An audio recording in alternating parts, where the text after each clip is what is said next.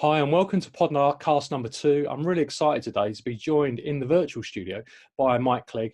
And Mike joins the LitWithin team with a really kind of rich and varied career in terms of elite performance in sport and strength and conditioning. So really getting underway as a United trainee, Man United trainee in 1993, before then getting the first team from 96 till 2002, going on to Sunderland as a strength and conditioning coach under Roy Keane. And, that experience brings a huge value, I think, to a lot of people out there. So welcome, Mike. It's really great that you can join me here. Yeah, well, thank you, Michael. And I'm really excited to be a part of the LitWithin team. And I'm excited to see the questions you have for us and helping people achieve their goals on the journey they have themselves. Yeah, awesome. So I think I'm wondering what will be burning on most people's lips. And I guess the thing is around how can they optimize, do you think? What's missing for people about how to optimize whatever it is they're trying to do, whether that's simply getting fitter and healthier or becoming the sort of the best that they can be in terms of achieving their performance potential? But I think a lot of the time there's that much information out there. It's actually hard to understand which sort of pathway to follow. You can look at all different types of scenarios. There's different fads in the nutrition side. There's different ways of looking at your exercise plans. But ultimately, it comes down to yourself and what you want to achieve. So for me, I always try and think about reverse engineering what you actually want. If you started with the end goal, so maybe that is a certain way you want to look. Maybe that is a certain performance goal you want to achieve. And then look at the time span between now and then and reverse engineer it and sort of split it down into sections and segments of time. So therefore you give yourself clear and achievable markers to be able to aim for. And therefore you're not trying to achieve too much too soon, but also it gives you a good pathway and a good map of the journey ahead. Yeah, I think for me, that's probably the classic mistake that a lot of people make is maybe expectations set too high to get too much too soon. And then it's easy to sort of fall back into old habits or think it's not working. So do you have a kind of a way to deliver results quickly that can kind of bolster people in thinking, yeah, this is the right direction? Or is it more about education and saying, no, look, this is a period of time. Let's not even look at it until we're X weeks in or months in, whatever it might be. I think it's very important to have clear goals. It's the combination of doing exercise and nutrition and also understanding the pathway, what your mind has to go through.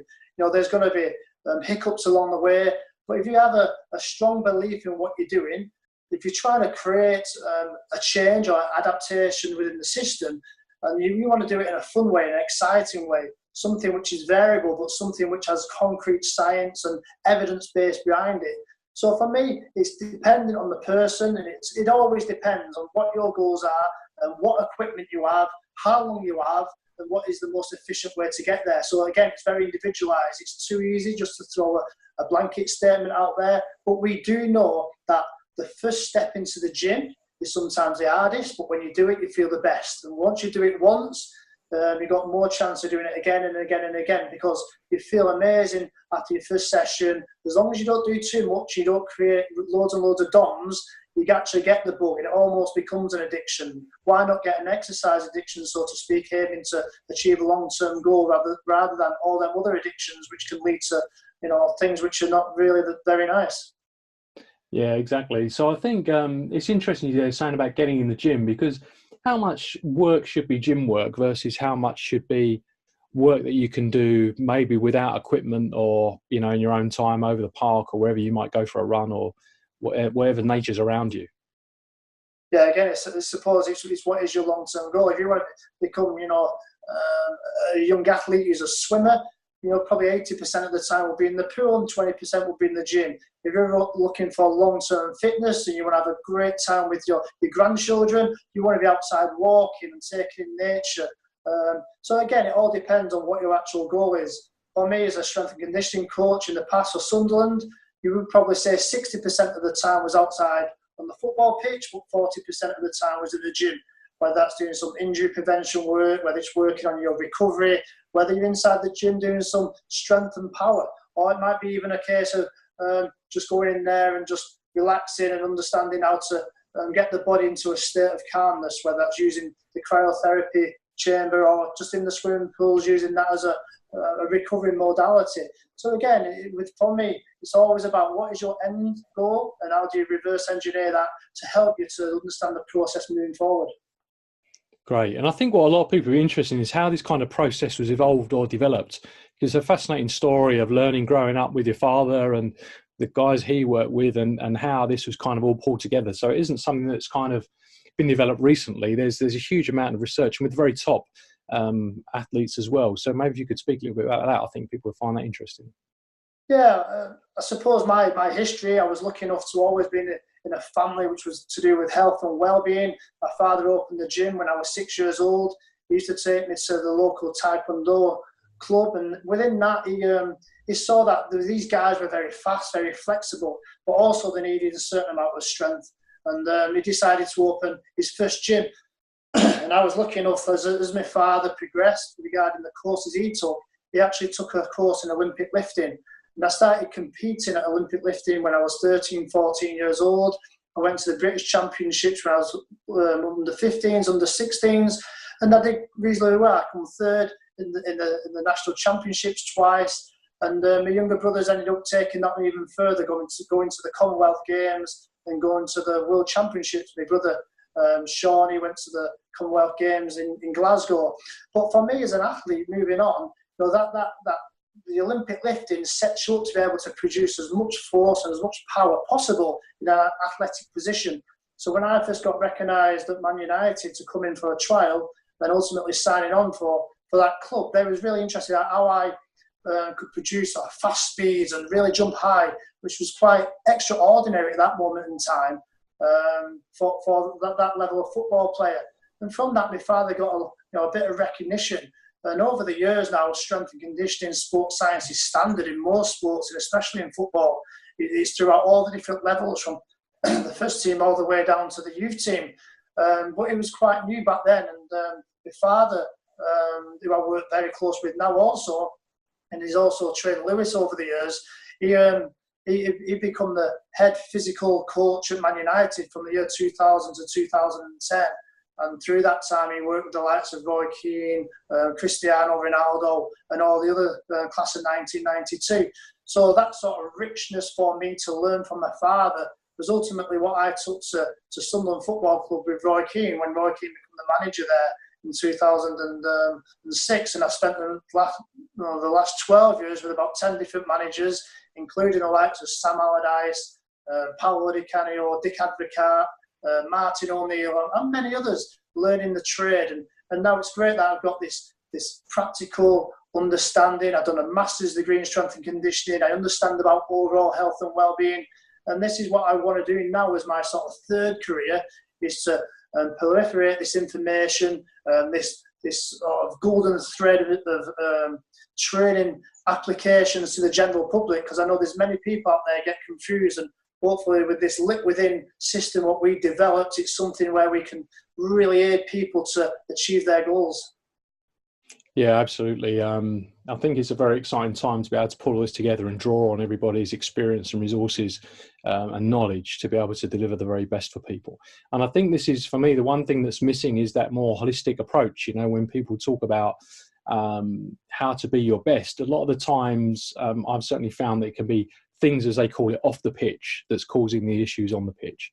And I guess that's the same in training scenarios as well. When people are trying to put in their best, sometimes that mindset can be holding them back from whatever it is of doing it, because I think that's sometimes what separates people. I remember a quote, I think it was about Ronaldo, and they said that what was different was when he said, "Oh, I'm going to be the best," he kind of meant it.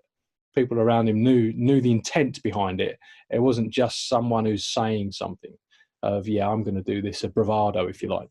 So that's quite different. So I think what do you think will be the first kind of 2 or 3 key bullet points are for people to get started in improving their own outcomes from wherever they're at the moment? Yeah, I mean, you got to do it, for me, like a self-assessment, understand where they are on different parameters. You know, what's the flexibility like? What's the endurance levels like? What's the strength like? Then from that, understand what they want to achieve long term, whether it's body adaptation, whether it's a certain sporting feat. But for me, that first step into the gym is always very important. It's always a case of whether it's in the gym, whether it's going out running, whether it's going out cycling, it's just to get them endorphins around the body, get them to get blood circulatory around the system, release their endorphins, like I've said. And again, it's a simple process that once you start enjoying doing something, you want to do something more.